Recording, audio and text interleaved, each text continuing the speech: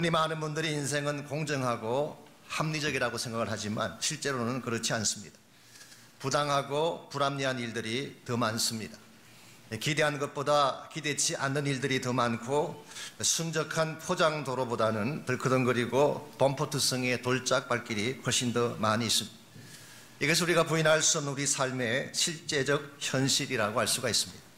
그러나 삶의 현실이 어둡다고 해서 인생의 범퍼가 우리 앞을 가로막는다고 해서 우리는 주저앉을 수 없습니다. 왜냐하면 우리는 믿음을 가진 하나님의 백성이기 때문에 그렇습니다. 아무리 우리 앞을 가로막는 난관이나 현실이 어두워도 이것을 뚫고 넘어갈 때에 우리는 더 밝고 빛난 미래를 볼 수가 있고 성경이 제시하고 있는 그 건강한 크리스찬 삶을 이루어갈 수가 있습니다. 우리 앞에 예기치 않던 사건들이 일어날 수가 있죠. 갑자기 범퍼가 놓인 것처럼 덜컥거리는 문제가 생길 수가 있습니다만은 그 어두운 현실에 굴복하지 아니하고 그것을 뛰어넘어서 더 아름다운 작품의 길을 여는 것, 이게 바로 믿음의 파워라고 할 수가 있습니다. 흔히 믿음 따로 우리 삶의 현실 따로 생각하는 분들이 많이 계십니다. 믿음이라고 하는 것은 교회 안에서 행하는 영적, 종교적 삶의 영역에 불과한 것이고 실제 우리 현실과는 상관이 없다. 그래서 믿음 따로 현실 따로 생각하는 그와 같은 그리스도인들을 많이 만날 수가 있지만 그것은 성경이 제시하는 올바른 크리스찬 삶의 모습은 아닙니다. 믿음은 반드시 현실과 함께 가야 됩니다. 성경에 기록된 예수님께서 행하신 수많은 기적들은 다 현실 문제 가운데서 이루어진 사건들이었습니다. 그러므로 참된 믿음의 진가라고 하는 것은 추상적인 개념의 종교적인 개념 속에서 드러나는 것이 아니라 현실 속에 들어가서 행하여졌을 때 비로소 나타나게 되는 것입니다. 이런 의미에서 여러분과 제가 진실로 건강한 크리스찬 삶을 살기를 원한다면 하나님이 나에게 주신 이 믿음이라고 하는 너무나 소중한 자산을 가지고 나에게 주어진 현실 속에 뛰어들어가서 믿음을 통하여 현실을 바꾸기도 하고 믿음을 통하여 우리의 현장이 축복의 현장 되도록 만들어가는 것, 이것이 성경이 우리에게 제시하고 있는 건강한 크리스찬 삶의 모델이라고 생각합니다. 어떻게 하면 우리 앞에 갑작스럽게 몰려오는 어둡고 답답한 현실을 믿음이라고 하는 자산을 가지고 현실을 바꿔나가고 현실을 뒤집고 그래서 더 큰 축복의 길들을 열어가며 살아갈 수가 있을까요? 오늘 같이 봉독한 본문에 보시면 부조리하고 암담한 현실 앞에 서 있음에도 불구하고 참된 믿음을 가졌기 때문에 오히려 축복의 기회를 만들었던 다니엘의 스토리가 오늘 본문에 소개된 내용입니다. 우리가 읽지 않았지만 1절부터 13절까지를 먼저 보시면 오늘 본문이 벌어지게 된 이 사건의 배경이 잘 소개가 되어 있습니다. 먼저 1절 말씀, 느부갓네살이 다스린 지 2년이 되는 해에 느부갓네살이 꿈을 꾸고 그로 말미암아 마음이 번민하여 잠을 이루지 못한지라.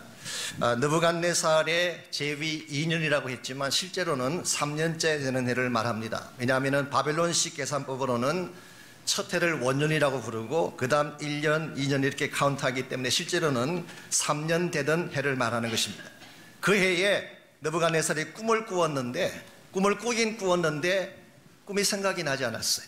그런데 그 꿈의 내용이 엄청나게 충격적인 내용이었던 것 같습니다. 그래서 꿈을 꾸었는데 꿈은 생각나지 않고 꿈 자체는 충격적인 일이었기 때문에 번민한 나머지 밤에 잠을 이루지 못한 것입니다. 그래서 2절 말씀 보시면은 갈대아 지역에 있는 모든 유명한 지혜자들을 다 총동원시켰습니다.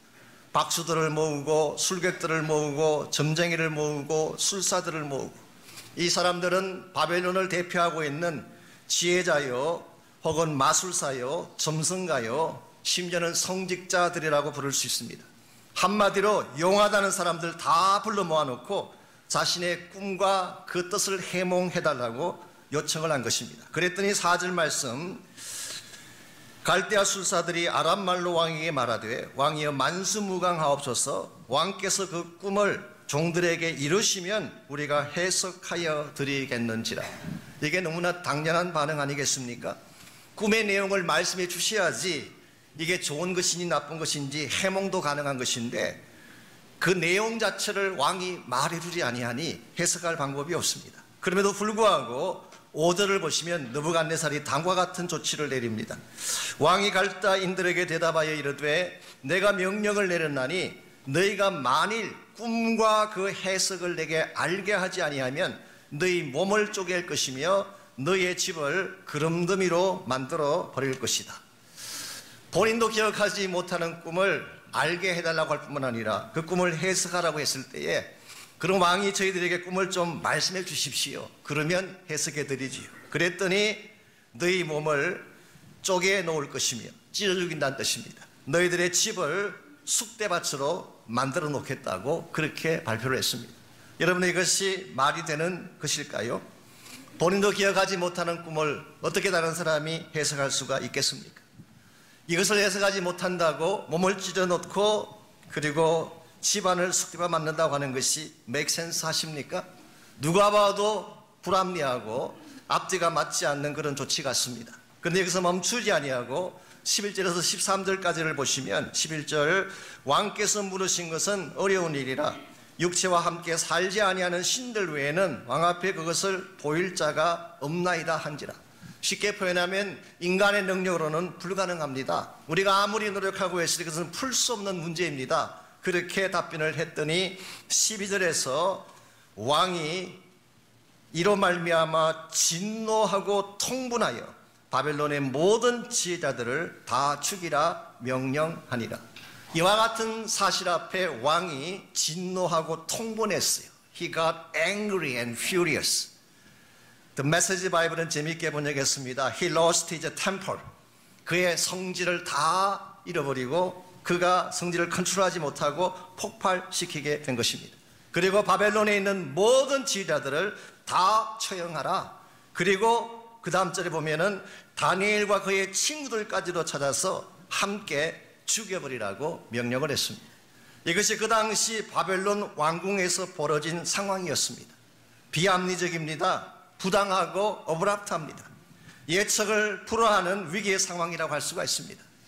앞을 예측할 수 없는 unpredictable한, 뭔가 좀 예측이 가능해야지 준비도 할 수가 있을 터인데 전혀 예측 불허의 이와 같이 부조리한 상황, 이것이 그 당시 바벨론 왕궁에서 일어난 삶의 현실이요 그들에게 주어진 상황이었습니다.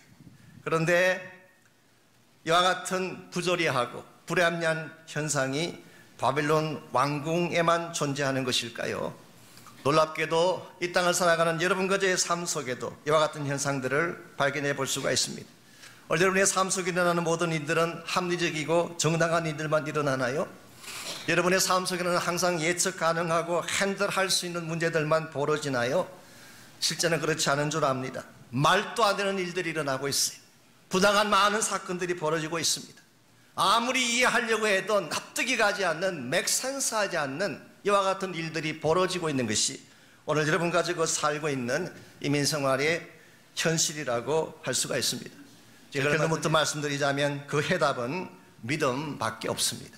아무리 현실이 답답해도 하나님을 향한 믿음만 바로 갖게 되면 우리는 불합리한 현실을 극복해 낼 수가 있습니다.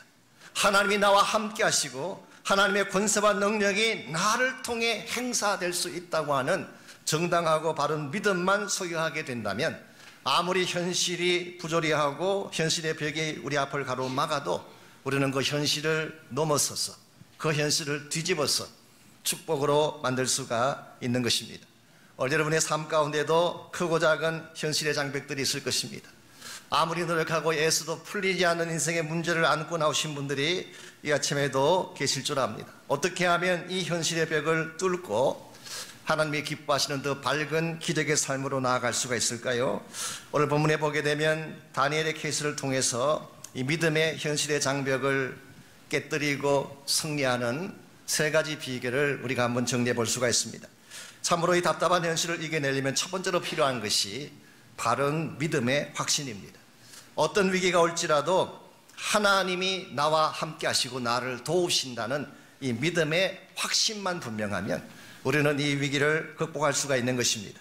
14절 말씀부터 16절까지를 보시기 바랍니다. 먼저 14절 말씀, 그때에, 자, 여기서 말하는 그때가 어느 때일까요? 앞에서 설명드린 부조리한 왕궁의 현실이 벌어진 그때에, 그리고 부당하게 체포령이 내리고 죽임을 당할 수 있는 이와 같은 상황에, 바로 그때에 왕의 근위대장 아리옥이 바벨론 지혜자들을 죽이러 나가매 다니엘이 명철하고 슬기로운 말로 그들에게 이야기했다고 했습니다.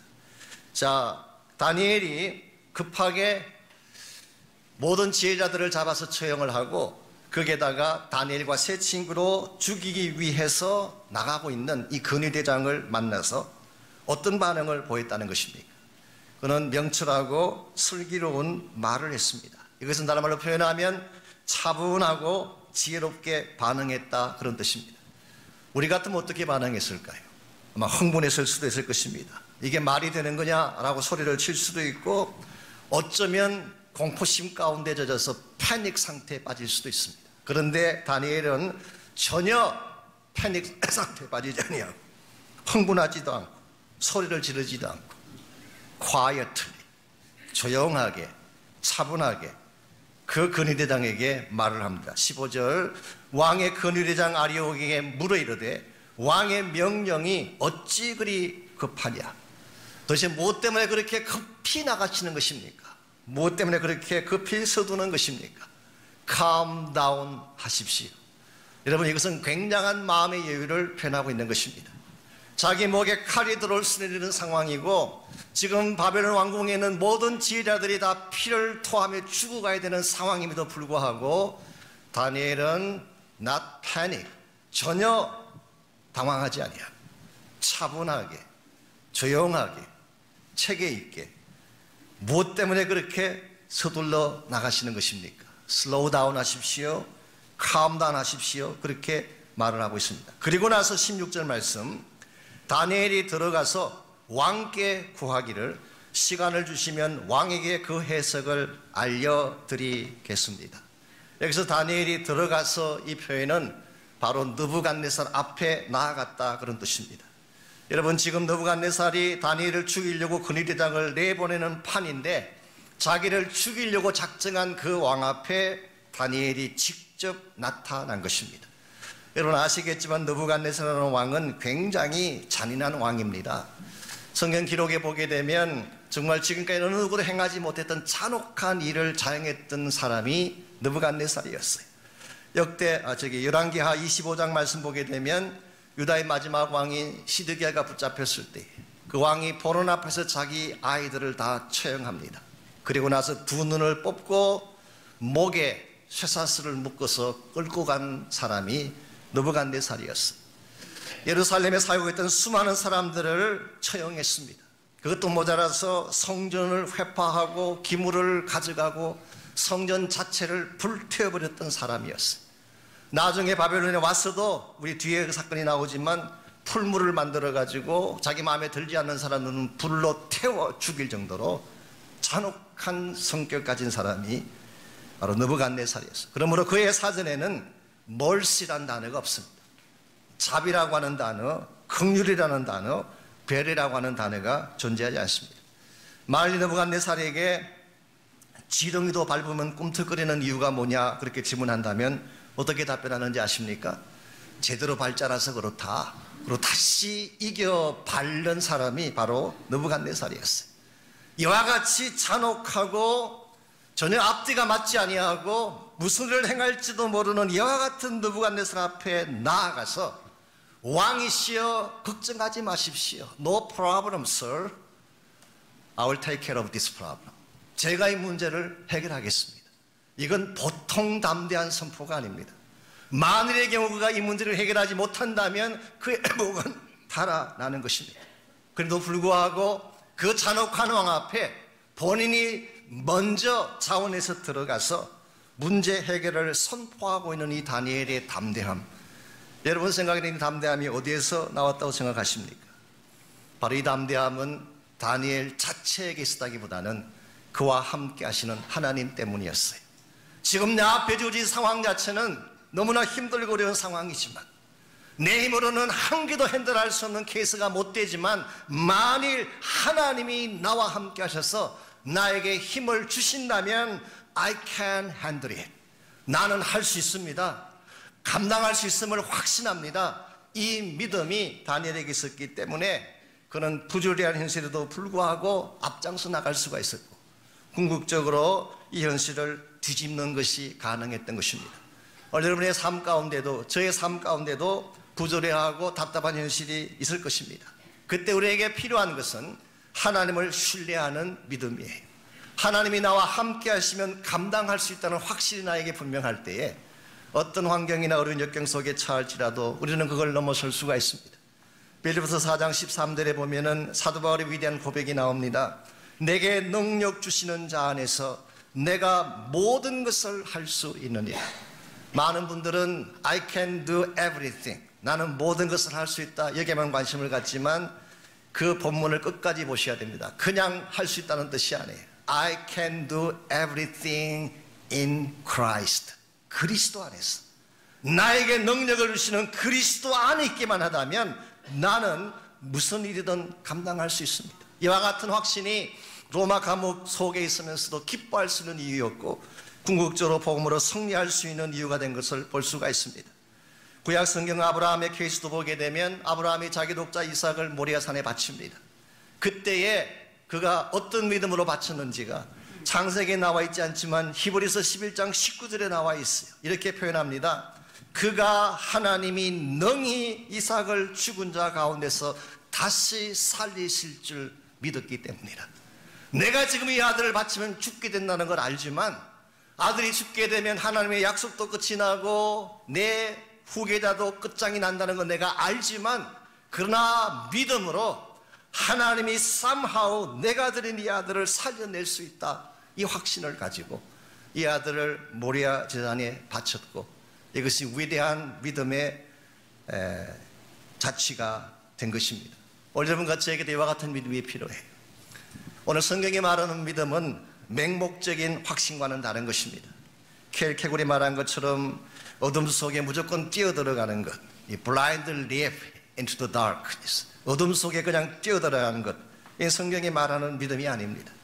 오늘날 유행하고 있는 그 케이스처럼 positive thinking, 내가 긍정적인 사고를 갖게 되면 모든 것을 해낼 수 있다, 이것을 성경은 믿음이라고 말하고 있지 않습니다. 성경이 말하고 있는 참된 믿음, 오늘 본문이 소개하고 있는 다니엘이 가졌던 믿음은 하나님이 누구인가에 대한 진리에 근거한 믿음이었어요. 그렇기 때문에 환경이 바뀌고 상황이 바뀌어져도 그런 두려워하지 아니하고 하나님을 바로 아는 진리 가운데 거했기 때문에 그런 고난의 바다, 시련의 바다 속에도 담대하게 뛰어드는 것이 가능했던 것입니다. 우리 스킵 하이적이라고 하는 우리 아바쿠크에서 목회하시는 목사님이 계십니다. 이분이 한 번은 설교 중에 이런 자신의 체험담을 소개한 적이 있어요. 어릴 때 물을 참 무서워했대요. 물에 들어가는 것, 수영장에 들어가는 걸 굉장히 두려워했는데 한 번은 주변 사람들의 강요 때문에 할 수 없이 다이빙대로 올라갔대요. 여러분, 다이빙대라고 하는 것이 밑에서 보면 별거 아닌 것처럼 보이지만 막상 올라가 보세요. 무섭습니다. 뛰어내리는 게 쉽지가 않아요. 더구나 물을 두려워하는 스킵 하이직의 입장에서는 굉장히 공포심에 처할 수밖에 없습니다. 뛰어내리려니까 무서워서 뛰지를 못하고 주저하는데 그 수영장 안에 자기 아버지가 손을 높이 들고 이야기를 합니다. 물을 쳐다보지 말고 나를 쳐다봐.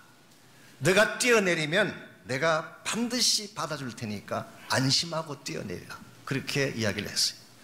그래서 아빠를 보고 뛰어내리려고 하는데 그분의 표현에 하면은 아빠는 보이지 아니하고 그 깊은 출렁거리는 물만 보이더래요. 그래서 결국은 뛰어내리지 못하고 되돌아서 내려오게 된 경험을, 좀 부끄러운 경험이긴 하지만 그분이 소개하신 적이 있습니다. 매일 우리 인생 가운데 이런 경험이 많지 않을까요? 하나님께서 말씀하시지만 출렁거리는 환경이 두려워서 뛰지 못하는 경우, 그래서 주저주저 하다가 다시 돌아서서 패배의 길로 돌아서는 우리의 모습, 이건 성경이 말하고 있는 담대함과 정반대의 케이스입니다. 여러분, 마음속에 두려움이 있을지라도, 걱정이 있을지라도 하나님을 바라보고 뛰어내리시기를 바랍니다. 여러분이 뛰어내리면 그분은 반드시 여러분을 받아주시고 여러분을 책임져 주시고 여러분 인생에 가장 필요한 것들을 공급해 주셔서 여러분을 승리하게 만들어 주실 것입니다. 이와 같이 우리가 역경에도 불구하고 이 역경의 현실을 넘어서려면 확신, 믿음에 근거한 바른 확신이 필요합니다. 두 번째로 우리가 현실을 넘어서려면 바른 기도가 있어야 됩니다. 우리가 확신을 갖는 것도 필요하지만 바른 기도가 주어지지 않게 되면 우리의 확신이 실제적인 능력으로 나타날 수가 없습니다. 오늘 17절 18절을 보시면은 이 다니엘이 이 담대한 선포를 행한 후에 어떤 일을 했는지가 17절 18절에 기록이 되어 있습니다. 이에 다니엘이 자기 집으로 돌아가서 그 친구 하나냐와 미사엘과 아사랴에게 그 일을 알리고, 즉 다니엘은 제일 첫 번째로 이 어려운 위기 상황을 자기 동지들에게 알렸어요. 신앙의 동지들에게 먼저 알린 것입니다. 그리고 나서 18절, 하늘에 계신 하나님이 이 은밀한 일에 대하여 불쌍히 여기사 다니엘과 친구들이 바벨론의 다른 지혜자들과 함께 죽임을 당하지 않게 하시기를 그들로 하여금 구하게 하니라. 자, 어려운 위기의 상황과 현실을 알린 후에 기도해 달라고 부탁하는 이것을 우리가 보통 뭐라고 부르나요? 이것을 중보 기도라고 부르는 것입니다. 영어로 표현하면 talk to man about God. 사람들에게 하나님에 관해서 이야기하는 것을 evangelism, 전도라고 이야기합니다. 그런데 talk to God about man, 하나님에게 사람들에 대해서 이야기하는 것을 intercession, 중보 기도라고 하는 것입니다. 여러분의 삶 가운데 문제가 생겼을 때에 함께 기도할 수 있는 동지가 필요해요. 여러분이 어떤 위기 가운데 처했을지라도 여러분이 부탁만 하면 중보하고 기도해 줄 수 있는 믿음의 용사들이 있을 때 여러분은 어려운 현실도 이겨설 수가 있고 오히려 더 찬란한 기적의 축복들을 경험하게 되는 것입니다. 오늘 본문을 자세히 보시게 되면 사실은 오늘 2장 1절부터 23절까지 나오는 이 본문이 세 가지의 씬으로, 세 가지 장면으로 그렇게 구성이 되어 있습니다. 첫 번째 장면이 bad scene이에요. 이 king's bed, 왕의 침실에 대한 장면입니다. 이 왕의 침실은 번민의 장소였습니다. 문제 발생의 장소라고 할 수가 있습니다. 우리 생각에 왕관만 쓰면 행복이 찾아올 줄 알지만 오늘 본문을 보니까 그렇지 않은 것 같습니다. 왕관을 쓰고 모든 것을 소유했던 느부갓네살의 침상에 잠을 자지 못할 번민이 있었다는 사실이 아이러니하지 않습니까? 이 왕의 침상은 문제의 장소였고 번민의 장소였습니다. 두 번째 씬이 왕의 궁전이 소개되고 있습니다. King's Court. 이것은 문제를 풀기 위해서 사람들을 모으는 장소였어요. 느부갓네살 왕이 자기에게 주어진 번민의 고민의 문제를 풀기 위해서 왕궁에 있는 위대하다는 사람들은 다 불러 모았어요. 지혜가 뛰어난 사람, 점성가들, 학자들, 이번 바벨론 성지들까지 전부 다 불러 모아서 자기의 문제를 해결하고자 했지만 문제는 풀리지 않았습니다. 여러분, 인간의 모임이나 인간의 지혜가 인생의 문제를 다 풀 수 있을까요? 절대로 다 풀지 못합니다. 그래서 세 번째로 여러분에게 소개하고 있는 장면이 방금 읽었던 17절, 18절에 나오는 prayer room, 기도실을 보여준 것입니다. 저는 이 다니엘의 신앙이 위대하다고 하는 증거 중에 하나가 오늘 본문입니다. 다니엘은 문제가 생겼을 때, 왕의 침상에서 풀 수 없는 문제가 생겼을 때 왕궁의 수많은 전문가들을 모아놓고 문제를 해결하려고 한 것이 아니라 기도의 방으로 들어갔다고 하는 사실, 이게 사실은 가장 지혜로운 영적 액션이라고 할 수가 있습니다. 오늘 여러분의 삶 가운데 문제가 생기면 여러분 어디에서 그 문제를 풀려고 하십니까? 침상에서 고민하며 뒤척인다고 문제가 떠나갈까요? 세상의 전문가들을 찾아가고 상담을 받고 혹은 콜트에 가서 술을 한다고 문제가 풀릴까요? 문제가 해결되지 않습니다. 기도의 방으로 가져오시기를 바랍니다. 함께 부르짖으며 기도할 때에, 기도의 용사들과 함께 하나님의 보좌를 붙잡고 나아갈 때에 그때 하늘이 열리고 하나님만이 주실 수 있는 해법이 주어지게 됩니다. 우리 가운데 문제가 없는 사람이 있을까요? 우리 가운데 기도 제목이 없는 사람이 있을까요? 우리 가운데 타프한 현실 가운데 고통을 당하지 않는 사람이 있을까요? 저는 한 명도 없다고 생각합니다. 우리 모두는 문제를 안고 사는 존재이기 때문에 우리에게는 기도의 방이 필요합니다. 그래서 8월 첫째 주간부터 저희 교회에서는 뭘 하나요? 중보 기도 축제를 하는 것입니다. 우리의 모든 가슴에 엉어리진 문제들을 갖고 우리 가정의 모든 문제들, 자녀들에 대한 모든 문제들, 우리 민족과 교회의 모든 문제들을 안고 나와서 하나님께 부르짖는 것입니다. 그때 하나님이 하늘 문을 여시고 새로운 기적을 보여주실 줄 믿습니다. 여러분들 고민만 하지 마시고 탄식만 하지 마시고 중보의 자리로 나오셔서 부르짖으시기를 바랍니다. 이와 같이 우리 현실이 답답하고 어려울지라도 이것을 넘어설주면 1차적으로는 하나님이 함께 하시면 가능하다는 확신이 필요합니다.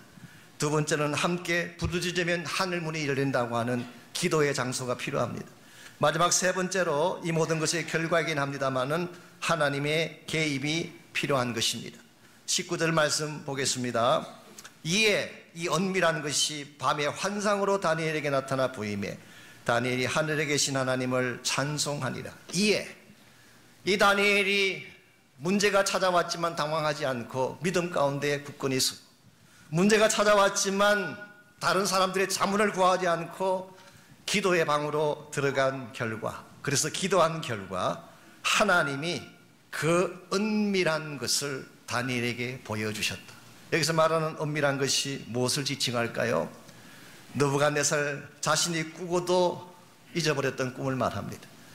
본인이 보았음에도 기억나지 아니했던 그 은밀한 것, 그리고 실제로 그 은밀한 꿈 속에는 다음 주에 다룰 것입니다마는 엄청난 세계 역사의 진행이 기록되어져 있습니다. 앞으로 인류의 역사가 어느 방향으로 어떻게 갈지에 대한 너무나 중차대한 하나님의 비밀스러운 계시가 담겨져 있는 그 은밀한 것을 기도하고 하나님께로 나아가는 다니엘에게 보여주신 것입니다. 이것을 본문으로 말미암아 다니엘은 그 부조리하고 부당한 왕궁의 현실을 해결했을 뿐만 아니라 이것을 계기로 바벨론 제국의 가장 위대한 사람으로 등극하게 되고 가장 큰 영향을 끼치는 그런 인물로 살아가게 됩니다. 여러분들의 삶 속에도 여러 가지 많은 어려운 현실들이 있을 것입니다. 그러나 어떤 상황, 어떤 현실이 주어지든지 기도하면 하나님이 개입하시고 하나님이 개입하시면 문제는 반드시 풀리게 돼 있습니다. 왜 하나님이 개입하시면 우리 인생의 모든 문제가 반드시 풀려질까요? 오늘 20절에서 23절까지를 보면은 그 이유를 다니엘의 찬양을 통해서 자세하게 소개를 하고 있습니다. 사실은 이 20절에서 23절까지 기록된 이 내용이 다니엘서 전체의 주제를 담고 있는 굉장히 중요한 본문이라고 할 수가 있습니다. 20절 말씀 먼저 보시면은 다니엘이 말하여 이르되 영원부터 영원까지 하나님 이름을 찬송할 것은 지혜와 능력이 그에게 있음이로다. 첫 번째로 하나님은 지혜와 능력을 가지신 하나님, 즉 모든 것을 아시고 모든 것을 가능케 하시는 하나님. 이것을 좀 어려운 용어로 뭐라고 부르나요? 전지전능하시다. Omniscience and Omnipotence. 전지하시고 모든 것을 다 아시고 모든 것을 다 가능케 하실 수 있다. 하나님은 이런 하나님이시죠. 뿐만 아니라 21절 말씀 보시게 되면 때와 계절을 바꾸시고 왕들을 폐하기도 하고 세우기도 하시는 하나님. 이것은 하나님이 절대적 주권자이심을 표현한 것입니다. 여러분, 인류 역사의 모든 것은 하나님의 손에 달려 있습니다. 계절이 바뀌는 것도, 시간이 흘러가는 것도, 왕이 세워지기도 하고 폐하여지기도 하는 것도, 국가의 흥망성쇠도 하나님 손에 달려져 있습니다. 하나님이 주권자이시기 때문에. 여러분에게 지혜가 필요하십니까? 어떻게 하면 될까요? 하나님께 구하면 하나님이 주세요. 이건 저의 말이 아니라 야고보서 1장 5절에 나오는 말입니다. 너희 중에 누구든지 지혜가 부족하거든 모든 사람에게 후히 주시고 꾸짖지 하시는 하나님께 구하라. 그러면 주시리라. 갈 바를 알지 못할 때, 디시전 메이킹을 내리지 못할 때, 어떻게 선택하며 어디로 가야 될지 알지 못할 때 하나님께 기도하시면 하나님이 지혜를 주십니다. 능력 어떻게 받을 수 있을까요? 기도하면 하나님이 능력을 부어주십니다. 이미 우리 안에 오신 성령을 통하여 기름 부어주시고 정말 모든 권세를 행사할 수 있는 파워를 허락해 주셔서 귀신이 떠나가게 하시고 질병이 치유되게 하시고 하나님 사이의 기력들을 맛보게 하시는 것입니다. 그러므로 정말 우리 인생의 문제는 환경이 아닙니다. 우리 삶에 주어진 여건이나 현실이 아니에요. 현실은 언제나 어두운 것입니다. 언제나 가변적인 것입니다. 여러분, 현실이 변하기를 기대하지 마십시오. 여전히 혼란하고 여전히 어브랍트하고 우리의 기대와 상관없는 수많은 부조리한 일들은 이 땅 가운데서 일어나게 될 것입니다. 그러므로 우리는 세상과 환경에 우리의 포커스가 있는 것이 아니라 이 모든 것을 다스리시고 주관하실 하나님에게 포커스해야 됩니다. 여러분이 하나님과 같이 가기만 한다면, 그리고 그 하나님이 여러분의 삶 속에 친히 개입하셔서 능력과 권세를 베풀어 주기만 하신다면 여러분이 감당하지 못할 어려운 현실은 존재하지 않습니다. 이길 수 있고 극복할 수 있고 현실을 뒤집어 축복이 되게 할 수 있습니다. 제가 작년과 재작년에 목자실에 그 제임스 얼윈이라고 하는 우리 우주 비행사 한 분에 대한 글을 목자실에 소개해 드린 적이 있습니다. 혹시 기억하실지 모르겠지만요, 이분은 아폴로 15호를 타고 달나라를 다녀온 우주 비행사입니다. 이 제임스 얼윈이 1972년도에 한국을 방문하고 그때 다음과 같은 간증을 한 기록이 남아 있습니다. 이 제임스 얼윈의 일행이 임무를 마치고 지구로 귀환을 할 때에 이제 대기권을 통과하고 이제 밑으로 내려올 때에 그 우주선이 안전하게 착륙을 하려면은 낙하산이 펴져야 돼요. 세 개의 낙하산이 펴져야지 속도가 유지가 돼서 안전하게 내려올 수가 있는데 두 개밖에 펴지지 않은 것입니다. 세 개가 펴져야지 그 속도가 적당한데 두 개밖에 펴지지 않았다는 말은 급하게 강하는 것입니다. 그러면 땅이나 아니면은 바다에 떨어지더라도 그 안에 탄 모든 사람들은 죽게 되는 것입니다. 그때에 나사 본부에 연락을 하고 비상조치를 다 취해봤지만 아무런 소용이 없었어요. 그 순간 얼윈 대령은 하나님 앞에 무릎을 꿇고 기도를 했습니다. 하나님, 우리가 우주를 다녀왔지만 우리는 인간일 뿐입니다. 당신의 손길만이 우리를 건지실 수 있습니다. 하나님 도와주십시오. 그리고 기도를 했는데 기도가 끝나자 갑자기 지상에서 공중으로 회오리 바람이 불기 시작했어요. 땅에서 위로 회오리 바람이 부니까 낙하산 한 개를 담은 것과 똑같은 효과가 나타난 것입니다. 물론 우연이라고 말할지 모르겠죠. 그렇지만 얼윈 대령은 그렇게 간증하지 않았습니다. 그날 우연처럼 보였던 회오리 바람이 결국 낙하산의 역할을 감당하게 했고 그들은 다 안전하게 육지로 귀환할 수가 있었고, 그의 마지막 간증의 결론은 다음과 같습니다. 저는 지금까지 우주선을 휴스톤의 나사 사령탑에서 저 컨트롤 타워에서 우주선을 조정하고 움직이는 줄 알았는데 제가 비로소 깨달은 또 한 가지 사실은 우주선을 컨트롤하는 것은 나사가 아니라 하나님이라는 사실을 알게 됐습니다. 오늘 여러분의 인생도 마찬가지입니다. 여러분 인생의 컨트롤 타워는 나사가 아닙니다. 과학기술이 아닙니다. 이 세상의 위대한 조직이나 어떤 권력 체제가 아닙니다. 하나님이 여러분 인생의 컨트롤 타워가 되십니다. 그분이 조정하시고 그분이 만지시고 그분이 회복하시고 그분께서 다스려 주셔서 여러분이 어떤 위기를 당할지라도 여러분을 건져내시고 여러분들로 하여금 가장 빛나고 아름다운 승리자로 살게 하십니다. 그러므로 이 시간에 여러분 모두가 혹시 힘든 현실 가운데 처한 분이 계실지라도 그 어려운 현실 때문에 당황해하지 마시고 우리의 현실마저도 뒤집어질 수 있는 하나님의 능력을 붙잡고 기도하시기를 바랍니다. 이 어두운 현실이 변하여 축복이 되게 해주십시오.